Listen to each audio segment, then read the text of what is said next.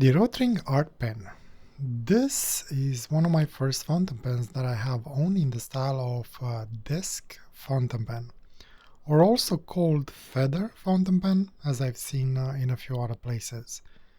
These are the fountain pens that made me fall in love with this style of fountain pen, making them one of my favorite styles. I had these two for a long time now. These were the second fountain pens that I bought after I moved to Canada, and as such, I've been having these for more than 15 years. I bought them in an art store. Forgot what store it was, and I think back then, for one, I paid somewhere around 20 Canadian dollars. Unfortunately, it looks like nowadays cannot be found anymore anywhere in North America or in any art stores, based on my searches. It looks like they are still in demand and sell at least in Asian countries, for example. I have seen them on AliExpress, but at quite higher prices than what I got them for. The cheapest price I have seen them at in there are around 40 Canadian dollars for just one of them, and I think sometimes shipping might be included. And I even seen some of them selling for like 70, 80 Canadian dollars plus shipping, as such driving the price for one of them at close to 100 Canadian dollars. Now that's a little bit expensive. I don't know if I would recommend that prices, because in theory these are sort of a cheap plastic fountain pens, nothing really specially about them, or better said, nothing truly specially about them, even though they are beautiful writers in my opinion. The cool thing about these pens is that you can buy only the section with the nib, and you can get them in different nib sizes, from extra fine as I have, both of them are extra fine, to even a 2.3 millimeter stub. Not sure if they go higher than that. So, if Lamy Joe is not up your alley, check out these ones. They're not any Pilot Parallel if you really want to go even wider than 2.3 millimeter, but still, for a fountain pen, I think it's not that bad. Now, having a closer look at these fountain pens, construction of the pen is mostly plastic. You do have a metal clip, which is actually pretty nice and springy, and I think in theory it could accommodate a lot of pocket pens or pocket. I don't know if you want to put this thing in your shirt, but I guess if you have really long and really large pockets, you could. Doing the shirt test slides very nicely on the over the cloth, and it's almost like a military style clip, and removes just as easily. On the clip we have the Rotring brand name, and on the side, in my case, I have made in UK. So I guess 15-20 years ago these specific ones were made in UK.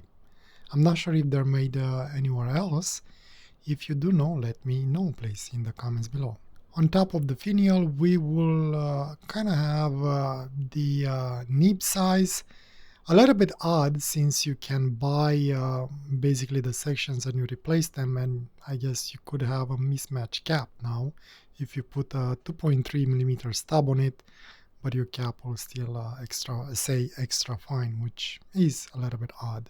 The cap and the barrel meets up fairly nicely. There is a little bit of step up between the cap and the body. I like that red accent ring, it's quite nice, and well, it is pretty much the Rotring way. This is the way.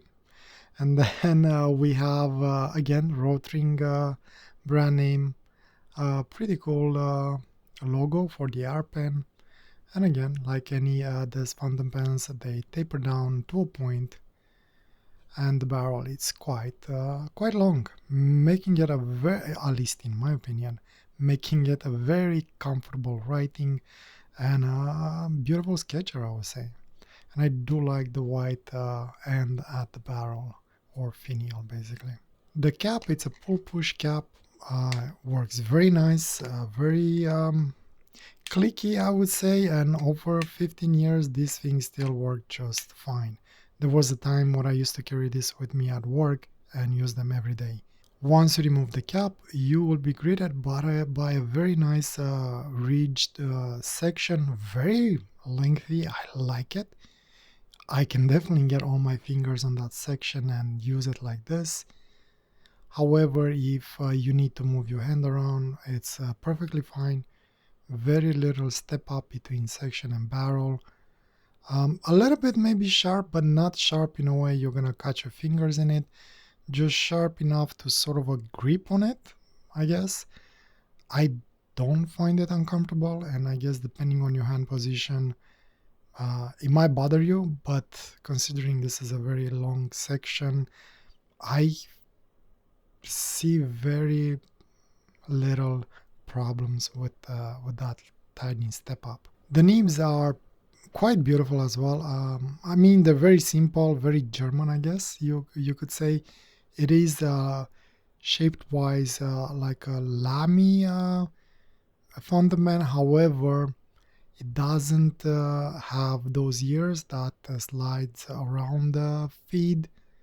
Feed is slightly different shape, and it actually has some fins on it, and an ink channel that is pretty large at the bottom as far as I can see.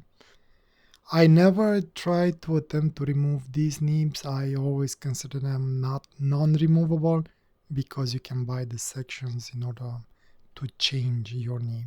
And having a look inside the cap, fairly simple, not a lot going on in there. However, as a fun fact, this cap always sealed for me, never had any issues on either one of them for as long as I had them with the ink drying up. Going back to the barrel, it's a twist mechanism. It removes very quickly, actually I like it. And as you can see, the logo sometimes aligns or sometimes doesn't. Basically the threads on the barrel are two head starts threads or whatever you call them. And once you remove it, in my case, I do have a Jinhao converter. However, unfortunately, these fountain pens do not come with a converter. This is something that I added after the fact. And these converters, they seems to fit very nicely in there, very tight. They work nicely. I can't really complain. And they do their job. This ring is removable, so whenever you clean it, be careful not to lose it. It does sort of clicks into place, but still, be careful, don't lose it. And having a look inside the barrel, just as simple as the cap. I kind of like the way it ends towards the end of that barrel. It almost looks like a star. Balance in hand, the fountain pen is actually very pleasant. Like I mentioned, this is definitely one of my favorite fountain pens for writing and drawing. Use it quite a lot back in the days. And yeah, it's a beautiful balance. And speaking of balance, if I get to balance it, again, one of my favorite type of fountain pens, or the fountain pen is a little bit more nib heavy, and as such makes it to naturally points down. And yeah, these, like most of the desk fountain pens, they're not really postable. However, I see no issue with anyone having problems with the length of the fountain pen by itself. And even if you have smaller hands, the weight of the pen, it's so nice and well balanced that, again, I don't think you will have any issues. Now, regarding that ribbed section, if you ever use the rotring pencils, that's pretty much the feeling of this section. So if you like that type, I don't think you'll have issues with it. If you don't like that, you're probably not gonna like this either. However, for me and for my hand, I like it. I never had issues with my fingers hurting. And this is pretty much the fountain pen. Very simple. For me, it always been very reliable. I definitely recommend it. I think it's a beautiful pen, especially for a desk fountain pen. And if you are into calligraphy, you do have quite a lot of nib options that you can go for. However, just shop around. I think some of the prices are a little bit absurd. Anyway, let me go into inking it up. We'll do a writing sample and then we'll dive into a sketch. And going for a quick writing sample, for today's ink I decided to reset myself and play it safe. So I will be using the Platinum Carbon ink. And as a fun thing, I forgot to mention about those Jinhao converters. Those were the only ones that I managed to fit in this fountain pen from Jinhao. I know Jinhao has a few different sizes. Those two were older ones. I don't remember what I got them for. However, keep in mind that you can use international standard sized converters and cartridges. So you don't have to use Jinhao. I used it just because it was fun. And this is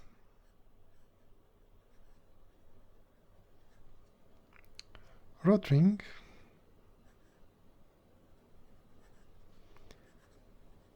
Art Pen Fountain Pen.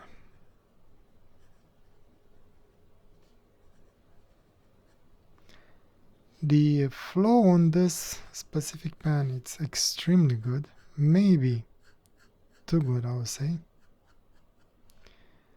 And the reverse seems to work just as well.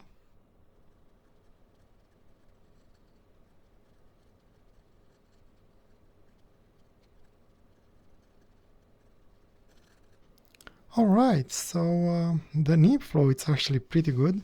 Maybe too good, as I just mentioned. Hopefully it worked nicely on the paper that I'm having. I never use these fountain pens on the paper that I'm using for drawing, this Fabriano paper, but the nib works beautifully. Obviously there won't be any flex on this nib, everything is pretty much the same, no matter what pressure you put on the nib. Alright, so let me try and have some fun with this fountain pen, and I'll let you know my final conclusions and if I like it or not. Today's drawing turned out to be sort of interesting, but it took a while to actually finish it. Took me about 3.5 hours to be done. Didn't realize how fast the time flew. I got a little bit too ambitious with the nodes in the design, and on top of that I decided to have a go at it with some alcohol markers as well. I think it turned out okay, at least I kinda like it. As for the fountain pen, well, I guess there were no surprises there, at least for me. Everything worked as expected and I did have fun. My feelings haven't changed over the years. What do I like about the Rotring Art Pen? When I originally got these pens, I loved them pretty much instantly, and I liked pretty much everything about it, or about them. And more than 15 years later, this feeling still stays true. Still like them, still enjoy everything about them, from their overall weight and balance and how it feels in the hand, all the way to their pretty much nibs. At least their extra fine nibs that I have. I did wanted to get some different sizes as well, but those prices that are going for nowadays will probably keep me away for a while. What I don't like about it, personally, well, there's nothing really that I disliked about him. The only thing that I could complain is the fact that it doesn't come with a converter. Other than that, personally, I love them, as I mentioned so many times already. Other things that I could dislike, but has nothing to do with the actual fountain pen, is the fact that I'm unable to find them locally anymore, or at least not in North America, or at least in the stores that I've been searching. And as such, ordering from overseas can be a little bit expensive, especially if you just want to get new section with different nib sizes. Overall, as you probably noticed already, I personally really love these desk fountain pens, and I would love to recommend them in a heartbeat. However, the prices that are selling for, at least on AliExpress, I cannot recommend them. For what they are, you can honestly find better fountain pens that are similar. One option, for example, would be the previous Jinhao 1001 Art series that I have reviewed. I'll link up in the right in case you want to see that one as well. And basically, for that one, you could just buy separate nibs with different sizes. Don't know if they go up to 2.3 millimeter though.